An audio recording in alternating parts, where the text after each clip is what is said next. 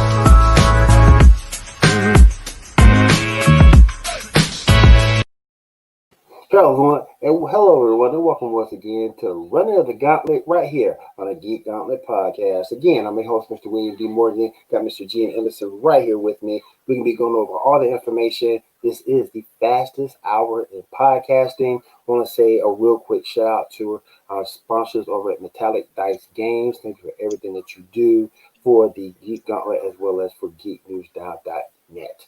All right, first off, Gene, how you been doing, man?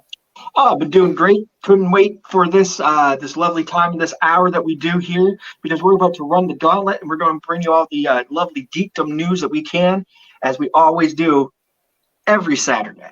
There we go. I also want to head over to the chat real quick and say what's up to everybody, all my good friends in the league. How you guys doing over the league? Appreciate you guys coming out. Got my boys over from Paradigm with Justin and Tommy over there. Thank you for joining the chat. Appreciate you guys. And without further ado, let's go ahead and run the gauntlet. Gene, what you got?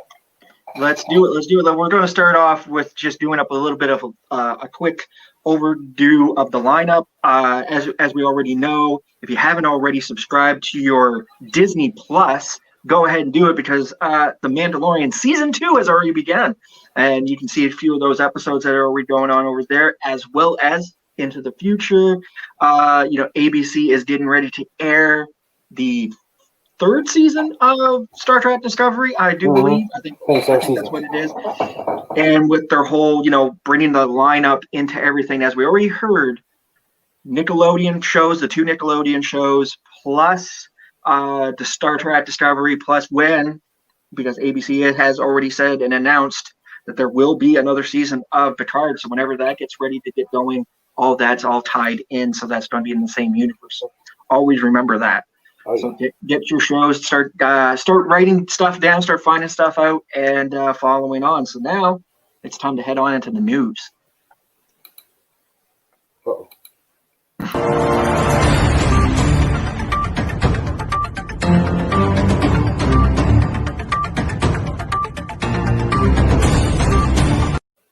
All right, let's roll. Sad news to start us off. Sad news, as we all know, at the age of 93. Sorry, I was going to call him 95 actually, but no, at the age of 93, Sir Sean Connery has passed away this week, and we want to send our condolences out to him and his family and everybody.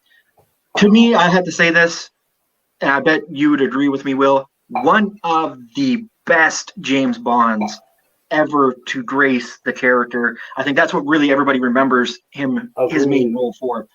Even though that he has been in other movies like The Rock, Hunt for Red October, and also in The League of Extraordinary Gentlemen.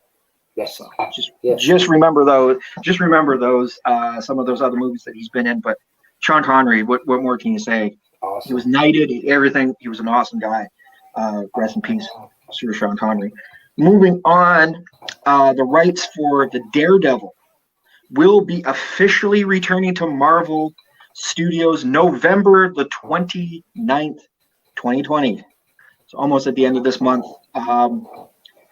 The only thing I can say about that one is hopefully we get it. I don't know if it's from the Netflix or if it's from the actual movie itself, because I remember the Ben Affleck movie wasn't the greatest. I hope something good comes.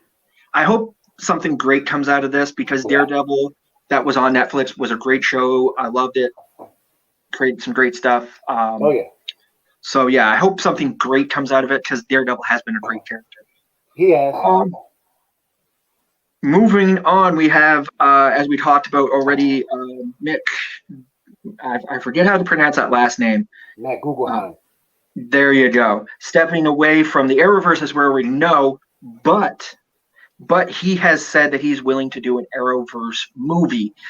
My thoughts here would be, I think it would be better to see it as a mini series on TV, and not try to do an actual movie with television actors. Right. Because I think every time we've ever got a movie, if you get a movie, they always want to, studios want to, we want to get this person, we want to get that person, and then you take away from the actual character. So I would say, I would like to see a mini movie, but then after that, after he's done that, take your hiatus, go ahead and, fade off into the sunset, as they would say. Most deaf.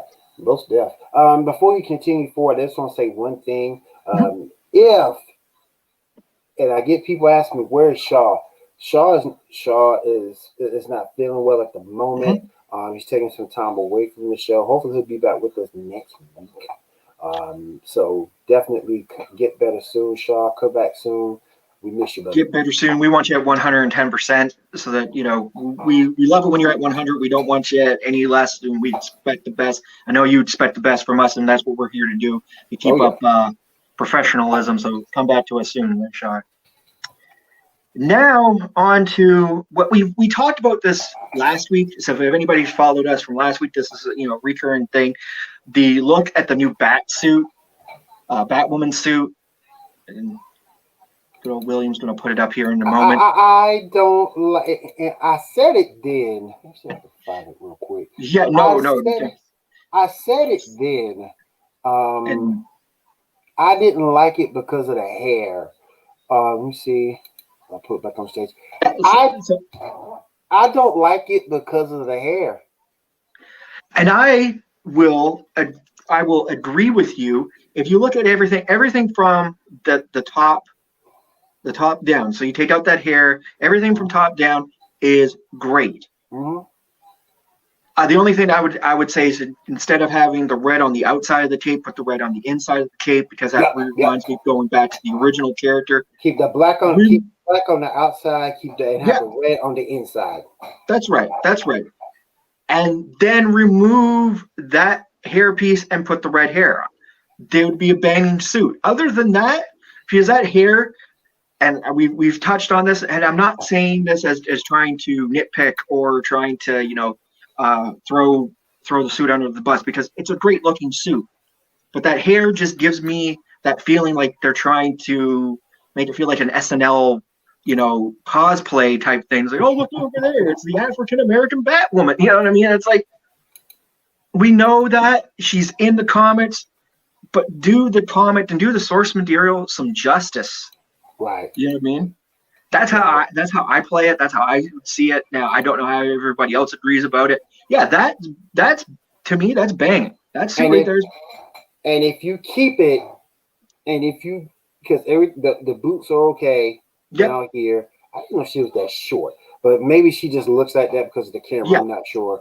But do your red for your gauntlets and your gloves, your red belt. Keep the hair where it was. You could have used Ruby Rose's hair. I thought that this was better than that. Yeah, for sure. And I agree with you. 110%. I agree with you on that.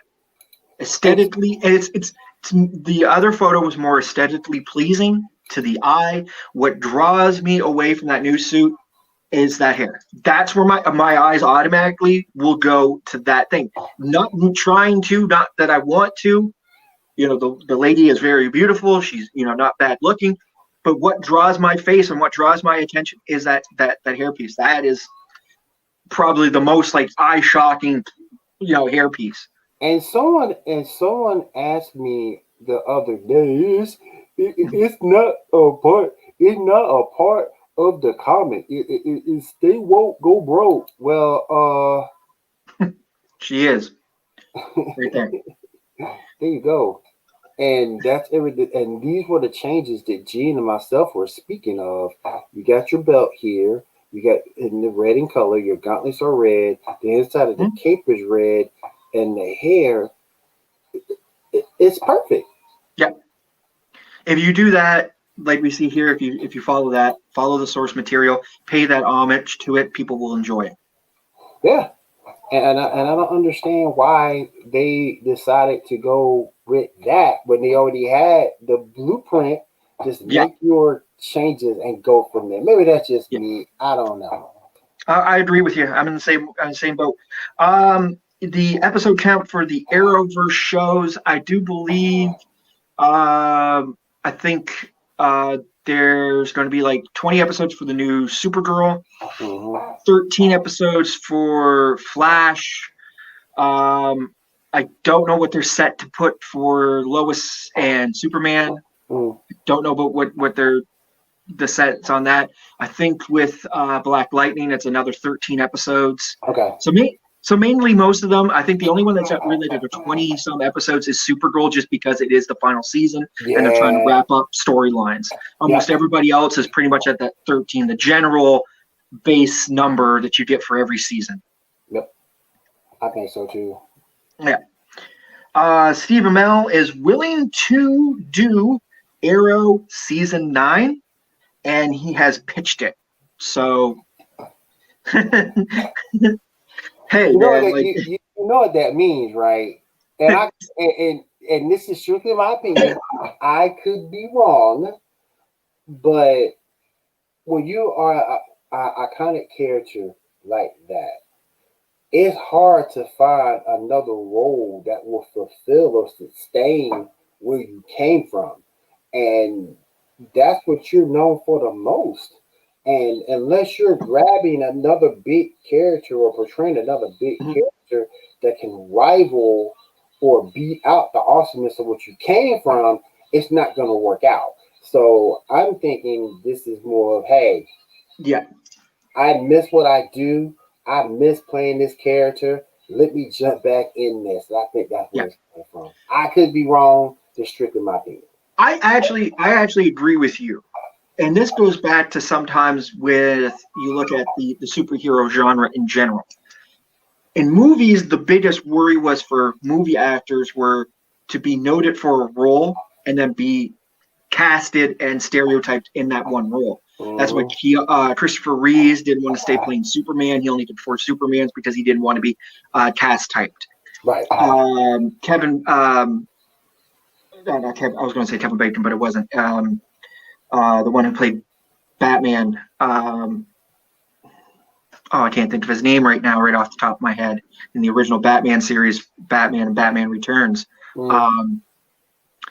He only did a few and went away, not because he wanted to, only because yes. Okay. Yeah. Because basically, again, it was a Tim Burton move. Tim Burton went from being director and producer, just went back to being producer on the next 2 films, so they changed up the Batman's look. But he wanted to stay with it, but never did. So you go throughout the years, it's always been that stereotype. Well, you're going to get cast type. The problem here is we're not talking about a movie. When you're talking TV actors, it's very hard for them to get repeating roles. Stephen Amell thought, I'm unpopular. I'm going to be able to jump to this show, that show, this show, that show. Your popularity, dude, is with the one show that you're doing. You know what I mean? And I think he realized that, and that's why he's saying, yeah, I want to jump back in. Oh yeah. It's a little different in the actual Hollywood acting world than a TV role. And actors will tell you that if they can get a recurring role and stay on a series that lasts for so long, you're going to do it. Sitcoms, everything like that. That's what makes certain actors. So to break yourself and then make that move into Hollywood acting is a little hard. So if you have that recurring role that's bringing that steady income flow, that's where you want to be. So that would. I agree with that. Yeah, I agree with that. Toward the end, maybe Arrow past season 3. When you get past season 3, Arrow started to get weird. Past season 1 for Legends, I think the Flash starting to get a little bit more mushy last season. So yeah, and Supergirl's just been political up until recently. So yeah. Yep. So that actually does everything for the news, and we're going right into our topics. We got a big banger of topics. Well, let me do this first. Before we get started on our topic, we're going to do a quick commercial break. No problem. And we will be right back. Back in the few. No, there ain't no stopping us. Fly without boarding pass. Couldn't catch me, I'll be moving fast. Call me a shooting star. Let 'em know who you are.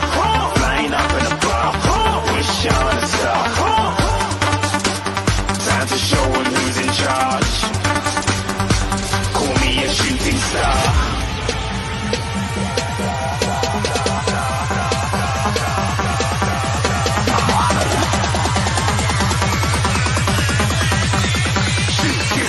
Didn't even get to cross.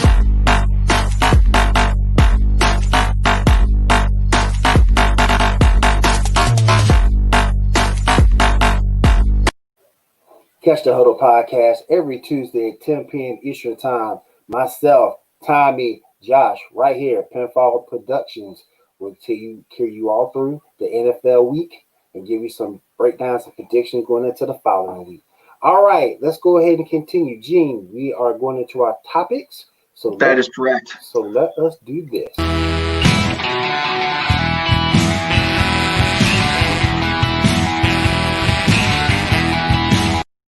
Topics of the night. Let's continue.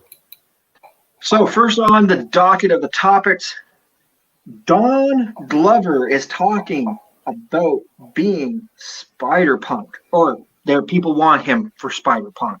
Wow. That would be something unique. I think you'd suit the role. I don't totally hate it, but no.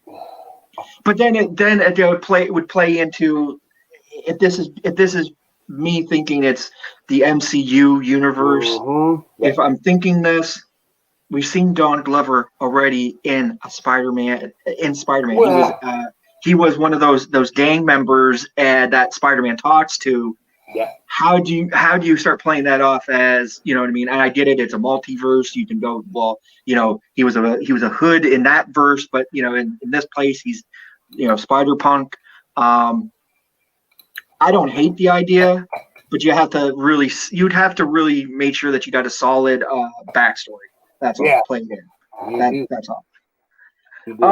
Moving on with this. If Marvel got, and I hope I'm not butchering his name too much, Lynn Morin. He's that guy that did Moana and also does Hamilton. I think I butchered his name. That's okay. You know, they'll get me in the comments. Anyways, if he could get him to make a Marvel Broadway play, here's the question: what play? So, what character in the Marvel universe, and what story? Shoot. So that means you got to pull a character that's interesting to do a broad. Damn.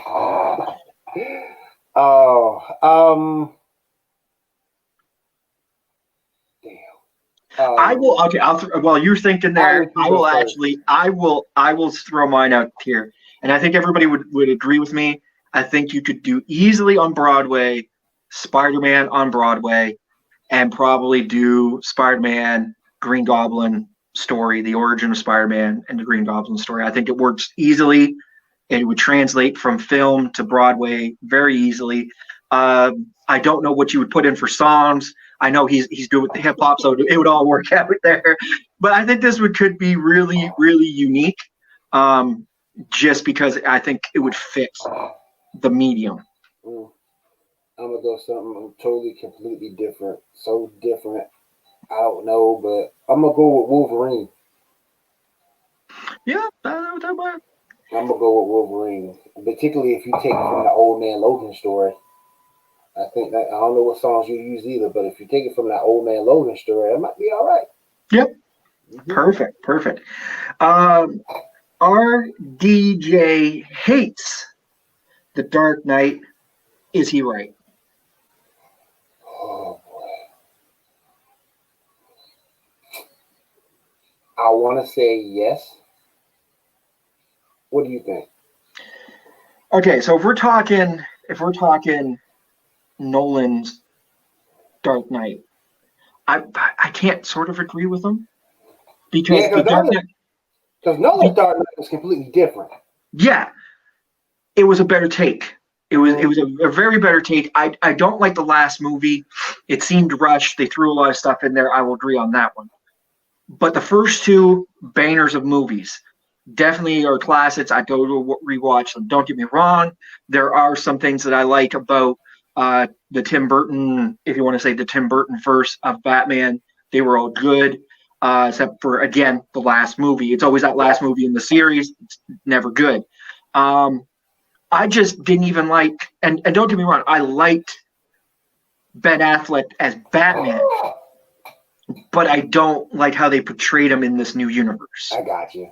It's that catch-22. You had a great guy to play a great Batman, but not a great story. But see, to me, the other way, when you go back a little bit and go to Val Kilmer, I think Val Kilmer was a better Bruce Wayne than he was a Batman. Yeah. Yep. So I guess we got the mixed feelings on that. Oh yeah, we do. Very much mixed feelings.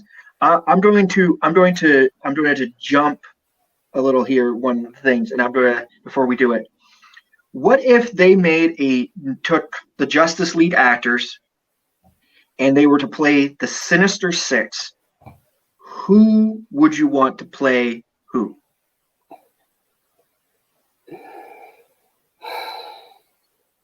Gal Gadot would be tough.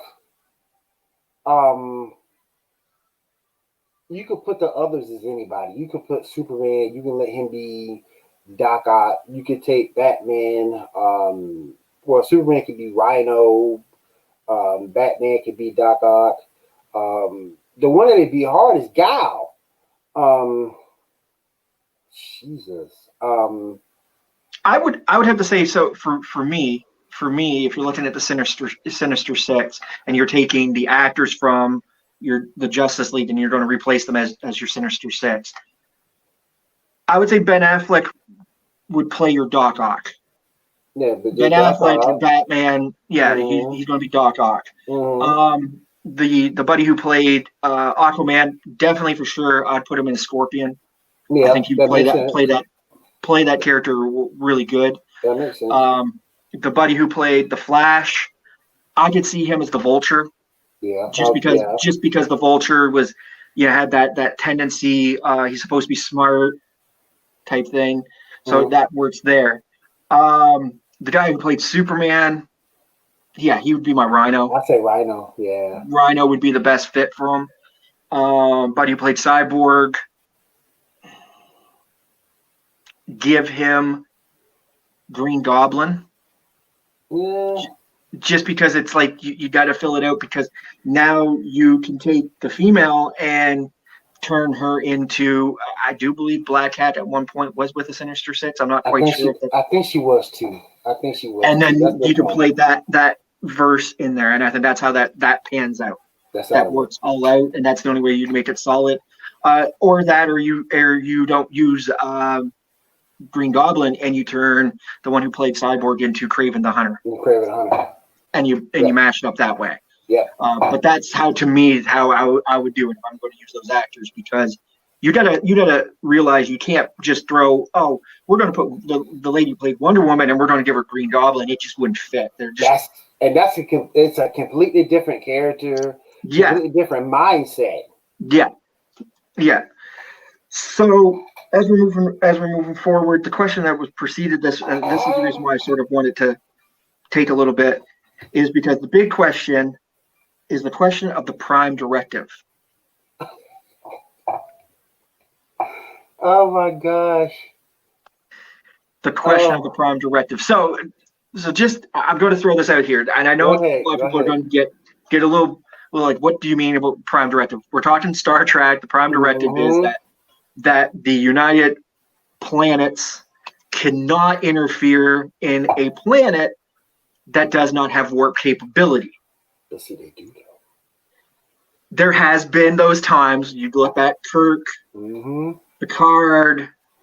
I do feel, a few others have broken it, even in Voyager, Deep Space Nine. It's been tampered with at times in point. But there has been those other points where there hasn't. They wanted to, but they couldn't because of the Prime Directive. Right. Okay. Now, for me, I would have to say, at the beginning, like if you look at like the backstories of all the Star Trek, the Prime Directive meant something because, again, Vulcans and a few of the other United Planets didn't see humans that they should be able to co-interact with other subspecies that don't have warp capability. I get that, where they were coming from at the beginning. Now, let's move it up to the point right after regular Star Trek. Okay, it finished off its 5-year mission. Picard's group finished up. They're back home.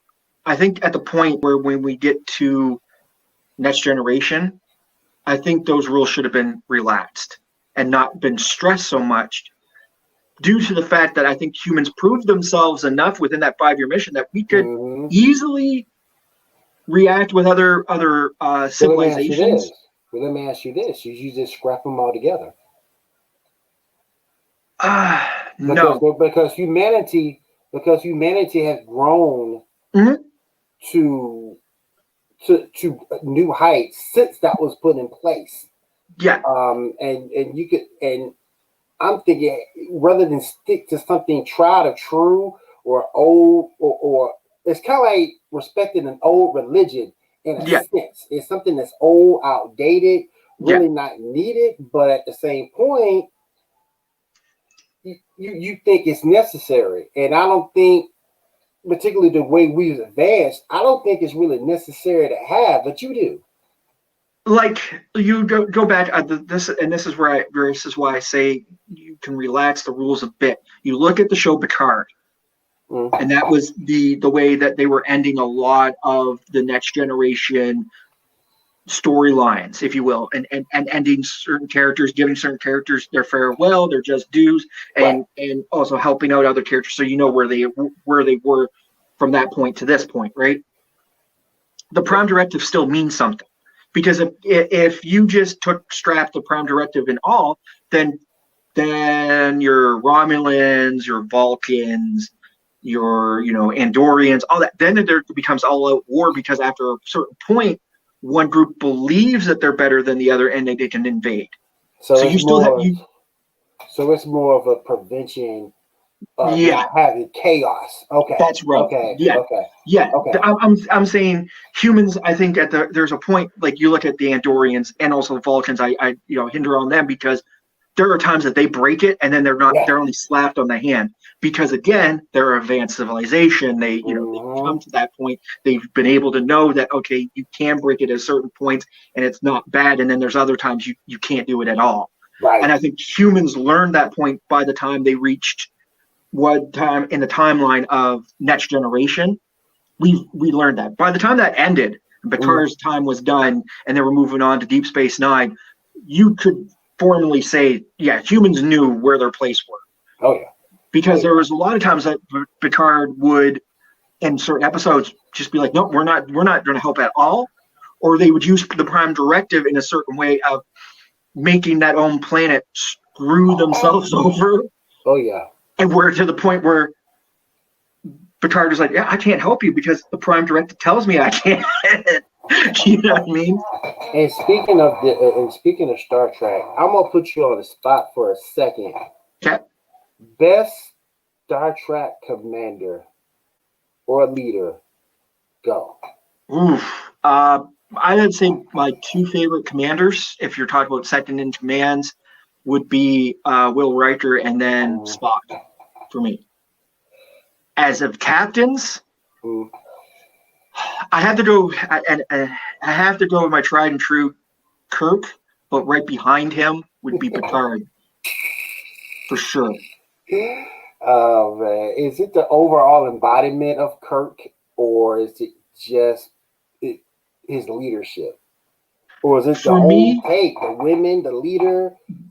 For me, and this is where it gets down to, when you talk about Picard and Kirk, the one thing that Kirk had was his love for his crew and his ship. Not saying that Picard didn't have his love for his crew, because he did, but for the ship, he looked at it as just a tool. It was a tool. It, you know what I mean? You could blow it up at any point, right, and it meant nothing. When you look at Picard, or you look at Kirk, who looked at his ship as like, I'm only getting one of these things. They're not going to give me, 37 different models. Yeah. I'm only getting one shot with this. So this ship means something. It had a life. It had its own. It was a character of its own. Right. So that to me, that's the reason why. That's where it is. Don't get me wrong. I love both Kirk and Picard in equal. You know what I mean? But that's where the edge would go for. I got you. Had to get you on the spot there. All right. Before we continue forward, we're gonna go into another commercial break. Guys, hang with us. We will be right back.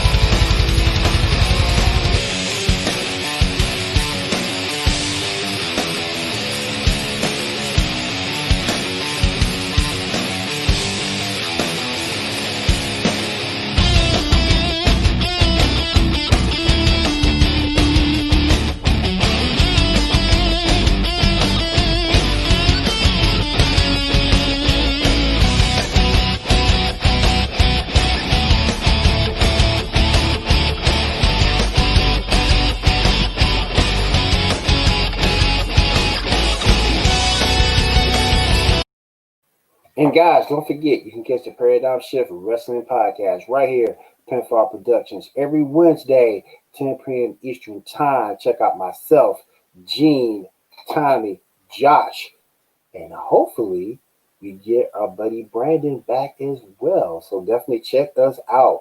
Paradigm Shift Wrestling Podcast, shifting the paradigm of professional wrestling. And before we move on to too much more, we want to throw it out there. This Wednesday, big news. This Wednesday at the wrestling podcast that we have, the Paradigm Shift, you can check out Prince Nene, who's going to be on. We're going to be giving him a great interview. Ring of Honor original. He's going to be with us, sitting down, talking with us. So big for us, big ups, big on the upside. That's a big plus. So I can't wait to get into that interview. So, as I like to say, I never wait for Wednesday to come ahead.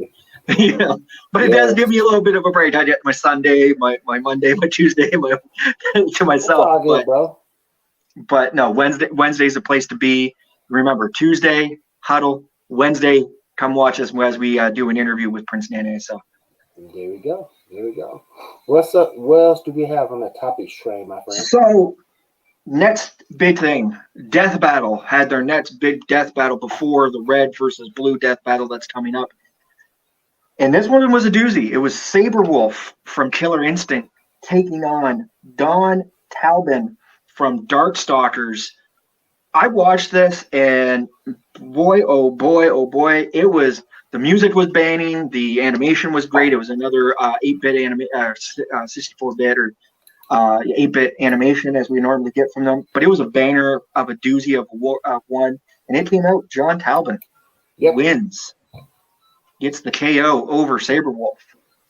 It pretty much came down to that Saberwolf didn't have the martial arts experience, and that Saberwolf, even though that, yes, as he stayed in the werewolf form and he got better as the older he got, Talbin just had the more experience, had the more power, had the more ability. And when they're doing into that blood moon, that was it.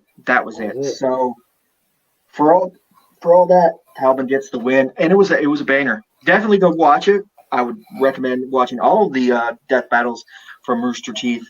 We definitely support the death battle. Yes, make sure you do that. And one of the things I found out recently as well, that's sort of kind of disturbing to me in the world of anime. Rooster Teeth is in trouble financially. They have, I forgot the name of the company that either attempted or already bought them out. Then you have Crunchyroll currently being bought by Sony.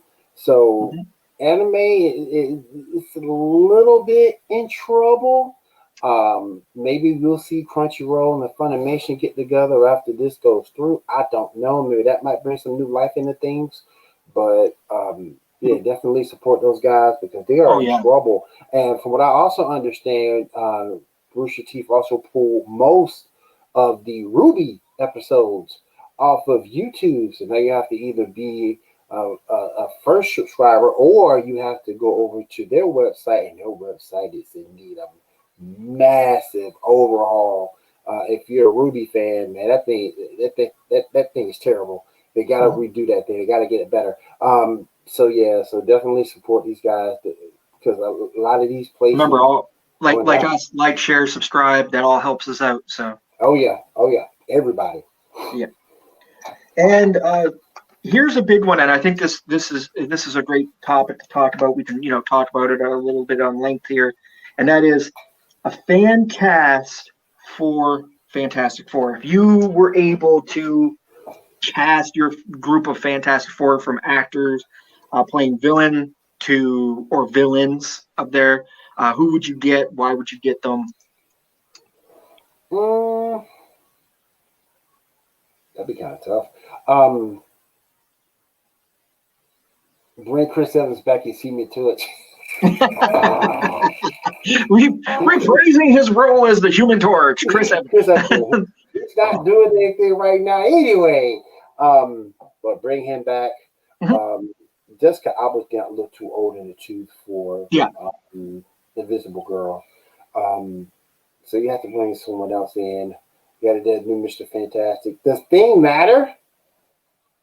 The funny thing is, and if you look at it, even in the Marvel MCU, they even made fun of the Thing. If you remember in Infinity, go back to the Endgame, and or not Endgame. It was Endgame or Infinity War. Sorry, I was right. Infinity War, and Thanos' people are trying to take over the planet Earth. And the Hulk is trying to Hulk up, and he won't let him Hulk up. And he goes, "Dude, that's the thing there." You know what I mean? Like they were making pot shots at everything, Fantastic Four. So just to let you know that, like, hey, that was not great. But the Thing does matter. Like the Fantastic Four, the group itself, does matter. I would like to see a good rendition of the original group. You got to get Mr. Fantastic. You got to get the Invisible Woman. The Human Torch and the Thing. Those are the key characters. They've been in the comics for very much. Who would I get? Well, Thing would be more CGI. You could play it the exact same way they played the Incredible Hulk. Yeah. In a sense, Dominic, where you can mold it. I just did a quick search. Dominic Purcell from Legends. True. I think that might work. I would say if I was going to like cast it, The actress to play Invisible Woman, you would want somebody who's a standout. And somebody who's got that. Emily Blunt. Yeah, Emily, you could use her. I would probably say if you're ever going to do the like we're hearing about the Spider-Verse, Emily Blunt would be perfect for Spider-Gwen. Ooh, yes, she would. Ooh. You know what I mean? Yeah. I would say for your Invisible Woman, I think that Amy Adams would fit well. That wouldn't be bad. She's worked with Disney before. So she knows how that sort of goes. She's was in a live action Disney cartoon there in Enchanted was the name of the movie. I was about to call it Ella Enchanted, but it wasn't Enchanted. And there's some like action type scenes in that movie, so she can do that sort of stuff and look well at doing it. Right. So Amy Adams would, and Amy Adams has that look to build of Invisible Woman. And she can give us that smartness that I'm not saying that Jessica Alba didn't have smarts. It wasn't like she was hot and smart. But the thing was, you could tell like she didn't get sort of some of the science stuff. Where Amy Adams, as we've seen, played Lois Lane, she could get that, easily pick that up. You could transcend that easily. She would come off as your independent, hot, but also strong woman. You know what I mean? For science. How about Lily James? Yeah, that would be another good one. But you like we said, you have to put somebody in that role that fits that criteria of, giving you the science, but also giving you the look, right? Right. I'd say for the Thing, you probably are looking at like, I would even say Dave Bautista could easily pull off the Thing. How about John Cena? I would say no. Keep him over there in DC. Leave him in DC. I'm sorry, Mr. John Cena, but I'd say keep him over there in DC. This is how I would say, put your Dave Bautista in as the Thing, and maybe even put Christopher Pratt as your Human Torch. I think they play the comedic timing plays well with those two. I get it that they're over in Guardians of the Galaxy, but I think it would give them a little extra stuff to do. Because I don't see them creating a whole 7 or 8 movies or 3 type movies off of this. I think you're going to get maybe 1 or 2, and then it's done. The universe is done. I just think if you take Emily Blunt as Invisible Woman, John Krasinski, if I didn't butcher that name, will have to be Reed Richards. I've seen another name, Zac Efron, thrown around for Human Torch. Yeah, Zac Efron isn't too bad. I think if you do it that way, I say, and I know this is going to sound a little corny, but then if you put Zac Efron in as your Human Torch, The Rock as your Thing, because if you look back at the Baywatch movie, regardless of how good the movie was or bad, they had great comedic timing. The comedic timing was great there. Somebody else would say, well, Rock and Kevin Hart, because you think of the role of the Thing and the Human Torch. They're like best friends, and they're constantly comedy on them. Even in the comic, it was the banter back and forth, where you would have Reed Richards and Sue Storm being your science-based characters, right? So that's the way you go about it. I would even throw in for the lady who played in How I Met Your Mother as Robin. Ooh. Throw her in as Invisible Woman, and her co-actor who played in How I Met Your Mother as her, at the beginning was the love interest that he was always wanting to. Oh yeah. I could see him playing as your Reed Richards. Really easy. Who would you get to play Dr. Doom? Oh, Dr. Doom for sure would have to be you want a big name. Who? It had to be somebody who can do that. I would, if he wasn't already playing a superhero, I would have put Benedict Cumberbatch as Doctor Doom. Right. Because he would give you that presence of not making the character look goofy, but also giving you that real sense of honor and prestige. Right. You know what? Throw David Tennant. I would say David Tennant, Doctor Doom. Yeah, he'd be good. Him or Matt Smith would work perfectly. Yeah. They've played whimsical, weird British characters in Doctor Who, and they would be able to pull off that villain, because the villain Doctor Doom is like a Doctor Who-ish character, really. Oh, yeah. You know what I mean? Both those guys would be good. Yeah. Let me roll over here real quick. Let's see anything here. Oh, I forgot about Franklin. Oh, who would be Franklin? Oh yeah, the bellhop. Yeah. Who would be Franklin Richards? Oh, that's tough. He's a kid. I would have to say now.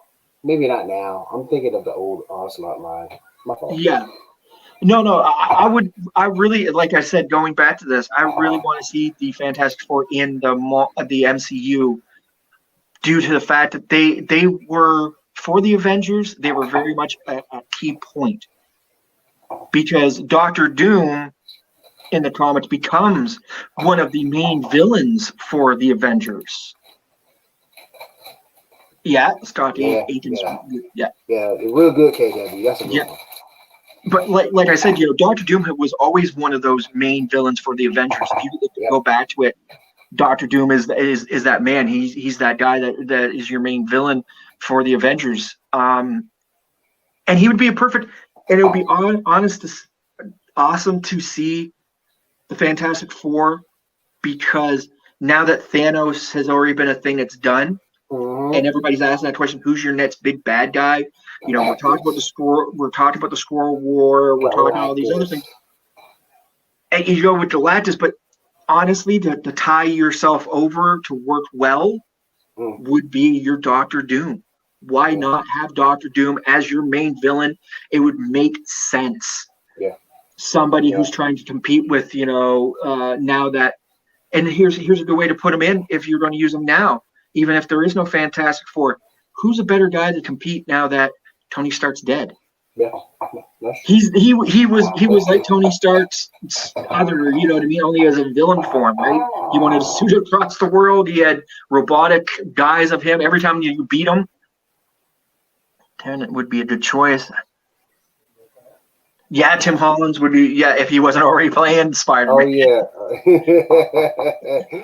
That's my son, ladies and gentlemen. Thank you for being here, Hunter. All right, guys. We are going to go over to our last commercial break of the night, and we'll go ahead and finish up the show. So give us a few more minutes. Please continue to hang out with us. That's right.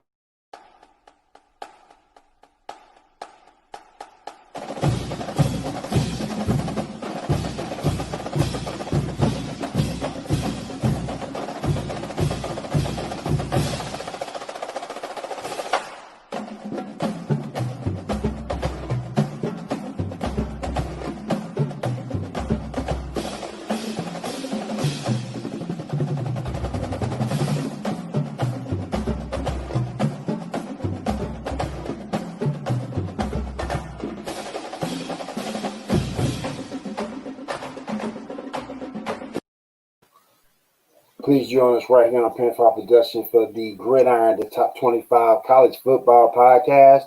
Man, I had a blast being over there with Tommy and Justin this morning talking that good college football. You guys can too.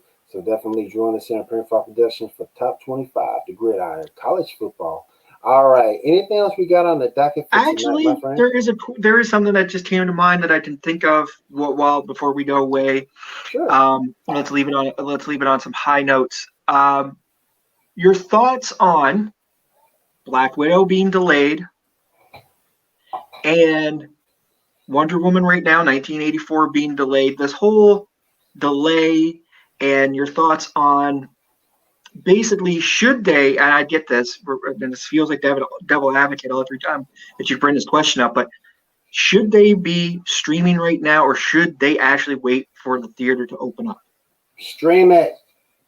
Stream it. You owe that to the fans, and the fans will pay a premium price for what you're streaming too. And look, I get it.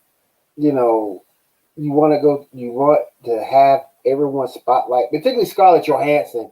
Mm-hmm. I think that she deserves this to be in the theaters, but we don't know when that's going to happen. We don't know if COVID is going to be the new norm. God, I hope it's not. But we don't know if it's going to be the new norm. And we don't know if we will ever get these movies to the theater. Go ahead and stream these movies now. They're collecting dust, and your budget will never be recouped by a movie sitting on someone's file cabinet or wherever. Stream that thing. Stream it to a Disney Plus. Stream it to a HBO Go. Make them pay a premium price for it. Most people pay $50 to $100 going to the movie theater anyway. So if you figure in the ticket, if you figure in concessions, you spending $50 to $100 at a theater anyway. Charge $49.99 on that bad boy, and people will go watch it, particularly if that movie is good. You would get a lot of people rewatching that movie. I know some folks who did that with Black Panther. They actually watched it 2-3 times because that movie was just so doggone good. So definitely, I think you need to start streaming them, because if you don't, like I said, you'll never make the money for them. You'll never make the money up for them. I'm not saying fans will forget, because anticipation will continue to build, but the same hype and potential for money being made will be gone the longer you wait. So I just feel that go ahead and stream them right now and go ahead and start recouping some of that money, giving these stars the time and the spotlight that they deserve. I'm on the other side of the fence. I hate to say this, but I sound like the businessman of our group every time. But this is how I would do it. And I've said this once, and I don't know if people agree with me or not. I don't mind the idea of streaming. Don't get me wrong, but not everybody and their dog still likes the idea of streaming, and only certain people subscribe to certain ones, especially like HBO. And I do believe Netflix, where they're completely different where I'm from. I lose out here in Canada on some of the stuff that you guys get in America. Just in case in point, Star Trek Discovery. You guys can get it on Netflix. I can't. Okay? So same thing with Disney Plus. There's some restrictions via the country. So if we say stream it, now you're going to restrict certain people in this country, certain people in that country. That's true, too. So what I say is, instead of streaming it, now that, right now it is the norm, and yes, both of these movies are being waited to be held off until about June 2021. But let's say in a perfect world, what I would have done is hyped the hell out of Black Widow movie, and instead of going straight from where we would normally get it in theaters, then into the DVD, then later on streaming, go from there. What I would say is make a big build, and build these both, because it's already been filmed. Black Widow's already been fully done. You can get it into, do your, like I said before, do a great exclusive 4K Ultra Blu-ray. Then maximize on your regular Blu-ray and then a DVD. Get them out there now. Everybody already knows that they're already been filmed. Done. You can recoup your money profit-wise back for the profit that you spent on the budget via this way, if you market it and do it correctly. Then once they've been in the DVD, you've made X amount of sales. Then you can go, hey, Netflix and everybody, have at her. Right. Stream it that way, and then go from that. And if it works that way, because I know some of the theaters are doing their own streaming service, you can pay for it, and so that everybody can see it all at once. but then it feels like a rental anyways, and not everybody's got the money to go out and, let's say, pay the $60 to get it. And a lot of people then get this assumption when they're streaming, well, I've got it forever. No, you only got it for as long as the movie plays and maybe a couple extra days to rewatch it. And then if you don't rewatch it within those extra few days, it goes away. Right. So at least with this, you would have a physical form of it. Get it for those people that do that 4K Ultra. Get Scarlett Johansson, sign a bunch of copies. X amount of copies. If you buy the 4K Ultra, are going to be, you know what I mean? Make it feel exclusive. Make them feel like you had to go and buy this thing. And then that's how you do it with the next. And I think that's how you're going to recoup your money back, because that's you're giving back to the people, but at the same time too, you got to recoup your losses for shooting the movie, filming, blah blah blah, right? Yeah. And I think that would work. Not stating that streaming is not a good idea. I just think where there's restrictions versus every country, you gotta take that in consideration. I think that this works a little bit better. The only pushback that I could give on that would be the fact that most people do have VPNs, but there's a lot that don't. So that's the only streaming. Yeah. That's the only kickback I could really give to streaming, is the fact that VPN services, people are aware. I don't know how many people use, but people are aware. They sort of kind of get around that just a little bit. But again, not everybody knows about them. It's not something that is everyday knowledge per speak. So that's right. And some of these, like, there are as you know, out there are secured VPN sites and stuff like that. But then again, that plays into that whole, well, what happens if I didn't get I didn't buy a VPN protector and somebody jumps on my, and I keep it open, and then all this. There's all these other ifs, ands, who, what's, but at least this way, for the consumer, the theater, if you want to sort of say, or the production companies, this stays solid. Right. It goes from one thing to another, and it stays in a process where everybody gets kickbacks. Netflix knows that, in month 4 of their, third quarter, we got Black Widow going to be hitting us, and that's going to give us X amount of new subs. Right. You know what I mean? Like everybody builds off of it, right? Everybody's getting cake. Everybody's eating. This is the best way to do it for everybody. When you, or do I have it forever? And some people get that idea. Oh, I've got it forever. I bought it, from Cinemax, and then you go back. Where is it? It's gone. And it's gone after. And if you didn't read your terms and conditions, it's gone after X amount of days. If it's a movie that's special, or you thought that was important enough to own, you definitely will go out, buy, own it, and preserve it. That's right. One of my favorite movies of all time growing up was the old movie by the name of Tango and Cash with Sylvester Stallone and Kurt Russell. And I actually have that movie here. So, I see your point. If you think that movie is important, you'll go out and buy it, preserve it, take care of it. Yep. I'm not trying to harp the point of streaming. I'm not trying to bash streaming because streaming is well done. You can get it everywhere. But there's just certain sites. Like I just recently was like, I bought a movie. I bought DVDs before, and they talked about that. Let's go to Ultra Purple or Violet or whatever the site. That only works. That site only works within the United States. If you're in Canada, my digital copy that I've already bought. I bought it when I got the DVD. And this worth nothing to me. Right. Because I'm a Canadian citizen, you know what I mean? I'm not an American, right? But people go, well, you can put a VPN that makes you American. Yeah, but why would I want to go through all the hassle? Right.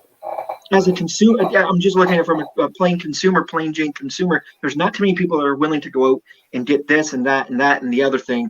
A lot of people are like, hey, I bought this. I want this to work. It's got to work this way. You know what I mean? Yep. I agree.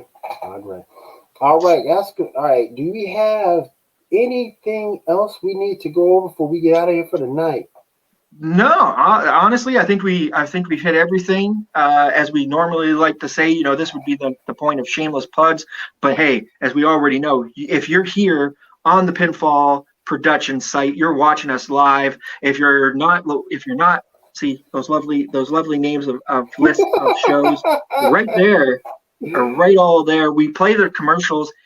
The only other thing that has not been put on there, and is something new that did come to the Pinfall Productions, and that is Revolution. Keep your eyes on that for the 15th. It's our new way of doing promoing. I think everybody in the Pinfall family is going to enjoy it. We're putting a lot of heart and soul into it. Definitely subscribe to the Revolution page. Also, subscribe to the Pinfall page. Keep us in mind. It's Pinfall on YouTube and also on Facebook.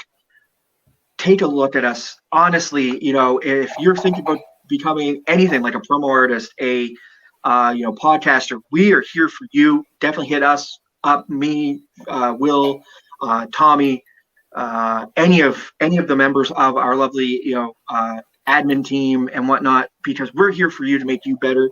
And if you're looking to stream on our page, and also we would like to stream on your page, hit us up as well. We can, what you can do for us, we can do for you. It's a 50-50 fold as well. So, definitely keep us in mind. And I can't stress it enough. I want to thank all of William's friends that come out from his Discord, that come at every show. It's not just one, but every show. Yes. Participate and comment. We love it. We respect it. We thank you so much, because that helps us grow. Like we say, like, share, subscribe. When you hear us, wherever you're hearing us, give those 5 stars. Help us with the building fund, because that just helps us get this better. Hashtag building fund. Yes. So without that being said, and with all that being said, as we normally like to say around here, you have just run the gauntlet. The fastest hour in podcasting. Once again, before we get out of here, thank you to the League of Darkness for coming out. Thank you to Metallic Dice Games for everything you do for us, and GeekNewsNow.net. Appreciate you guys. And without further ado, I'm William D. Morgan. This is Mr. Gene Emerson. Hopefully, Shaw will be back with us next week, and we'll see you then. Take care, everyone.